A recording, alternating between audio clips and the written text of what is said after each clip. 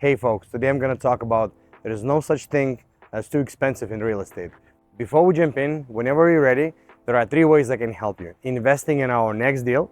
If you are a accredited investor and interested in commercial real estate opportunities in value-add deals, please sign up for our waiting list and we'll notify you as soon as we have another value-add opportunity available.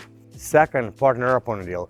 If you're a broker, wholesaler, or investor and have a great value-add small bay industrial opportunity, we want to listen to what you've got.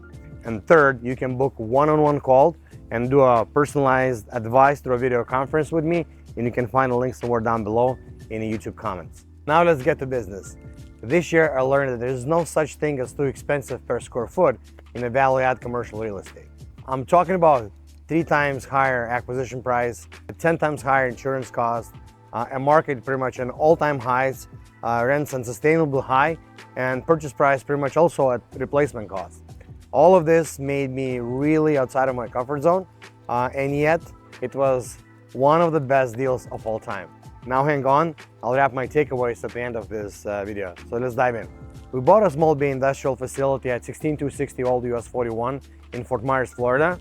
Last August 2023, this was 30,000 square feet building on 2.15 acres lot with 12 tenants, and it had 22 clear height, which was really great for small bay.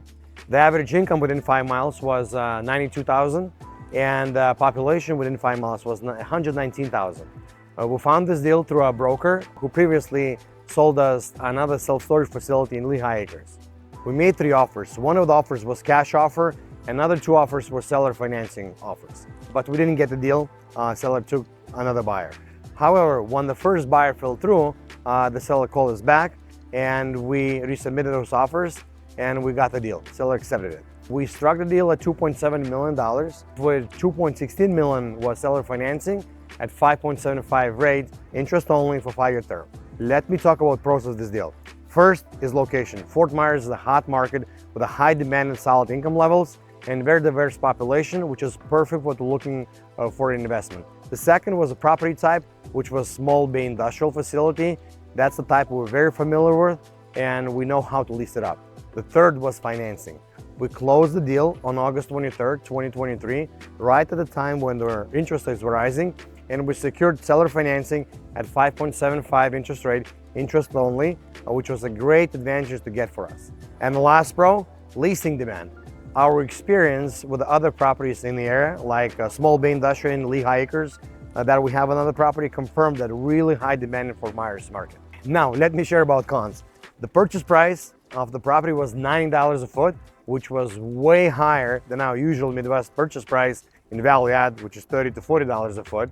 The second was insurance costs. Insurance costs were as high as $3 a foot, which was 10 times higher. Normally we pay 25 to 30 cents a foot in the Midwest. This significantly increased our operational expenses and made it more challenging to secure insurance overall.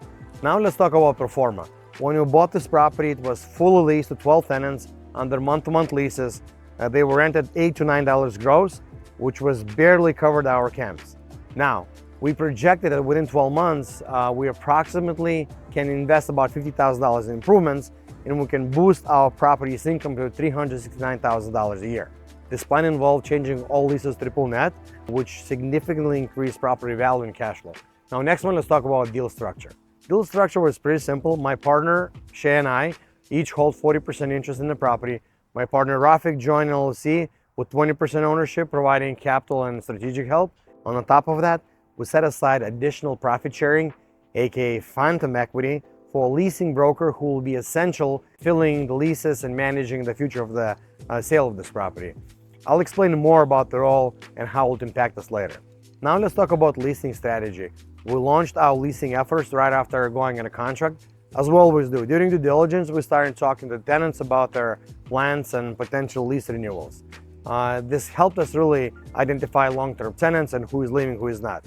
Now, this deal had some challenges with rent increases because the property didn't need major upgrades. With the new roof already in place, our expenses were minimal, probably about $50,000. So we just had to seal the asphalt, replacing a few doors and cleaning junk cars. We knew that raising rents without significant changes could be tough.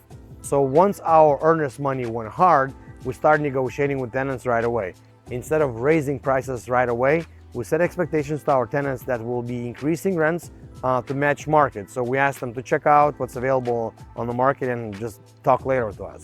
And that really worked. Once they saw what's on the market and there are no better options, and the markets where rates are higher, they were more open to paying those new prices. We really emphasize that the market, not us, dictates these market rates, and really pretty much encourage the tenants to check the fair market values. We made it clear that these changes will take some time to take place, but within 6 months, we needed to align these leases with the market. Now let's go back to the topic about partnering with local brokers. Now we partnered with a local broker who became key asset for this deal. Now our strategy is to see brokers as partners, not just as transaction tools. We want them to feel ownership as well in the deal. So to do this, we offer profit sharing agreement that works like phantom equity. This method really works, but it means you need to find a broker with the right mindset, with the owner's mentality. On this deal, our broker was very proactive. We helped him with marketing and leads, and we stabilized this property within 6 months. Now, we started this with 12 tenants, but once we started raising rents after 6 months, 5 of them left. They were more like hobbyists, and our broker was able to replace them with new ones, and we're now fully occupied. Now let's talk about pro forma actuals. This deal turned out to be our second best in terms of matching our pro forma projections. Just before we closed, exactly 1 year and 2 days ago, our projected NOI was $369,561.32. And today our actuals are at $368,940. The difference is just $621.32. That's really awesome. And we usually aim for 5 to 10% variance in our pro forma projections, but to be that close, I'm very proud of my team and how close we got on target. Now, another key factor in this deal was a quick turnaround. We planned for 12 months of stabilization, but we finished within 6 months. We improved the value by $2 million in 6 months.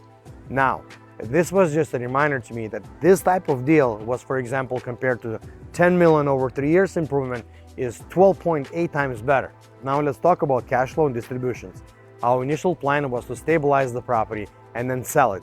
But once we hit stabilization, our cash flow increased to over $16,000 a month, allowing us to distribute $10,000 per month to our partners. With this strong cash flow and great seller financing terms, we decided there is no need to sell it right away.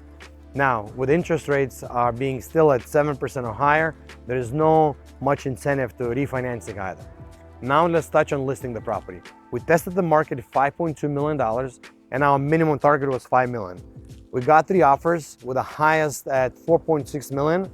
And since we didn't hit our $5 million goal, we decided to hold on the property for now.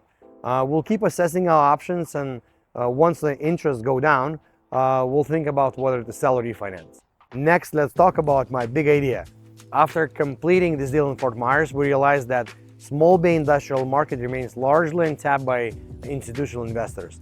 The shocker came when I compared cash flows with, for example, 3 self-storage facilities that we have in the same market.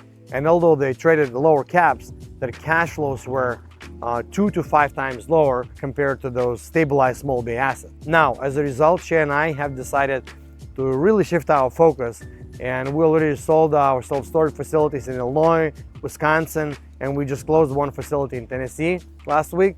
So moving forward, we'll concentrate on small bay industrial properties that are too small for institutional buyers, but still offer strong returns. We're doubling down finding deals in Florida, and we're also looking to partner with brokers and local operators across the nation, whether it's through local market knowledge, lease-up experience, maybe capital contribution, or any other form of collaboration. We'll open to partnership. If you have a deal such as small bay industrial, especially in Florida, we would love to take a look at it. So let's talk about takeaways. So the first one, don't hang up on price per foot. If you can hedge your risk with a seller financing or strong leasing demand or both, deal might still be worth to buy it. Number 2 takeaway, get brokers involved as partners. Bring brokers into the deal as their owners. This really ensures the assets get owners' love and attention, which is key in lease-up stage. So that's the video. I hope you liked it. If you liked it, please click the subscribe button. If you don't like it, please share that link with your friends. Thank you very much, and I'll see you on the next one.